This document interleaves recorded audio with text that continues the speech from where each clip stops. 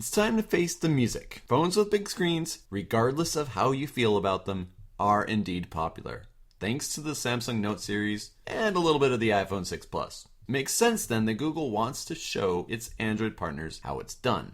To do this, it teamed up with Motorola to make the Nexus 6, which is a 6-inch phone that looks a lot like a big Moto X. It's supposed to be premium, and you can tell even by the price. $650 for the 32 gig and $700 for the 64 gig model. It has a Quad HD screen with more pixels than you'd ever know what to do with. There's a pair of stereo speakers on the front, and there's metal sides and a curved polycarbonate back. It's even got a small dimple in the back for your fingers to rest on. It's also powerful thanks to its quad-core Snapdragon 805 chip, and it comes with an improved camera over the Nexus 5. This one in particular is 13 megapixels, and it takes pretty nice daylight shots, but has some struggles at the nighttime.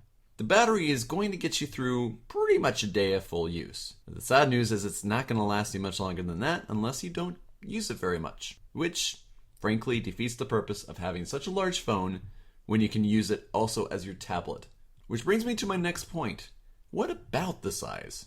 Yes, it is big. But even if you're thinking about buying this phone, it's something that you not only have to come to terms with, but have embraced as well. Its curved back is a more natural fit for my hands, just like the Moto X is, but it's still very tough to use one-handed. The software doesn't make the one-handed experience any better either, since it lacks a lot of the gestures, the floating apps, and even the multi-window split-screen modes that other phone makers have mastered. But that's a minor frustration, especially since the rest of the firmware is pretty dang good. The Nexus 6 comes with Android 5.0 Lollipop installed. One of its hallmark features is actually design, material design, which is a brand new language that will soon make its way into Google's desktop, Chrome OS, and wearable spaces.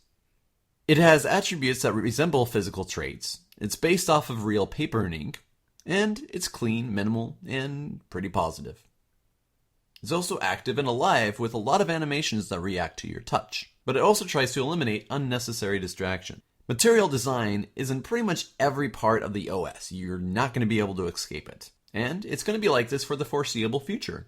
But it's not just that in Lollipop. There are also tons of other features. Smart Lock is another feature, where your phone pairs with your Bluetooth device, such as a wearable, and as long as it's in range, your phone will never lock.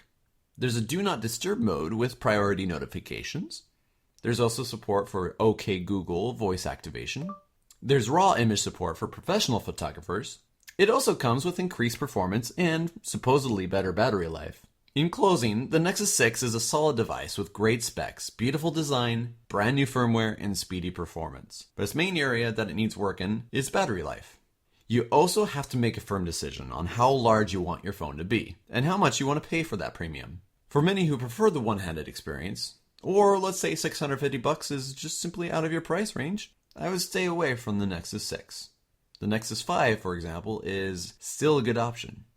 The Nexus 6 otherwise is worth a closer look, especially since it's still less expensive than the Note 4 and the 6 Plus. And for what it's worth, it's pretty nice that you're going to get updates to new versions of Android a lot faster than most other devices will. Thanks for listening, everyone. This is Brad with Engadget. The idea is that if you can better understand the other, you might be able to better understand yourself. And we're using technology and virtual reality and telepresence